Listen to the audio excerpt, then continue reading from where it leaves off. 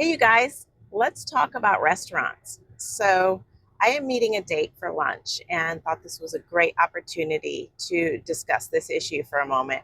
So, the neurotypical brain and the autistic brain have huge differences. And when it comes to going into a restaurant, those two brains will experience completely different things when it comes to sensory. So, an autistic will walk into a restaurant and their eyes that take in everything, it all hits our brain. With the neurotypical brain, it filters out so much of that.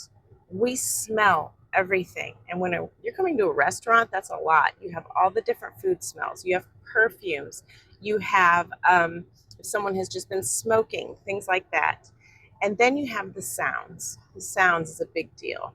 We walk in and we hear the clanking of the forks and the kitchen noises and people talking and the music. We hear all of it and it all hits our brain. So we have all of those different things hitting our brains at the exact same time. It's like walking into a brick wall sometimes. Um, the neurotypical brain filters out so much of that. So when they walk in, they're not overwhelmed. They're thinking, well, where should we sit? And what am I going to eat? And hi, how are you doing to the waitress? And an autistic brain can be stunned upon walking in to the point where asking where we want to sit, I don't even know how to speak English right now because my brain is so stunned. So there's things we can do to actually make this an experience that we can do and maybe even enjoy. I have picked up these things along the way. Um, I realized that I had a problem when, I mean, this was before I knew I was autistic, okay?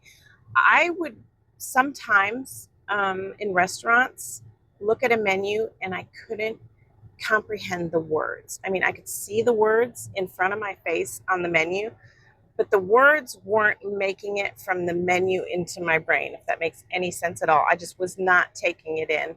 And I never understood that, but now I know it's because I know I'm autistic. I know that I'm overwhelmed. I knew I was overwhelmed before, but I didn't know why. And now things like this make so much more sense. So, one thing to do is if it's a new restaurant, research it before you go. Find out where it is and what the environment is like, and read the menu before you go. That is such a huge thing because when we walk in and we sit down and we are adjusting to everything going on in that place, the last thing we're going to be able to do is absorb what's on the menu and make an informed choice about what we would like to eat. Food is a big enough issue for us without having such a sensory thing going on that we can't even see what's on the menu. And then we end up with something that we don't even like. We would never even eat because we just randomly pick something just to pick something. I've been there. I've done that. It's horrible.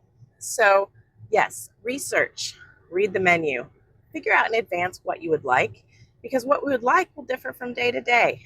Even if it's a restaurant that you've been to before, this can be so helpful. And it helps to know in advance which way you're going to drive, where are you going to park in the parking lot, where are the bathrooms in the place, how formal is it, things like that. Find out if you pay at the table or if you're going to take a check up front, how that works.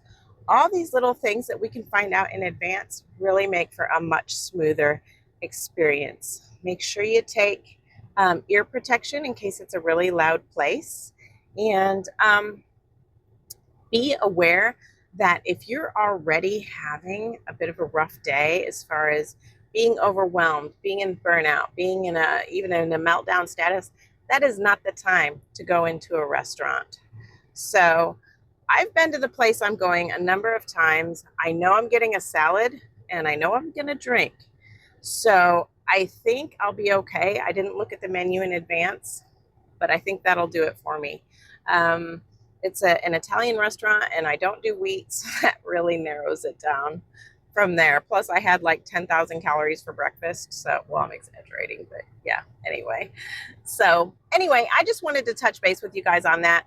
Restaurants, they can actually happen for an autistic if we do it right.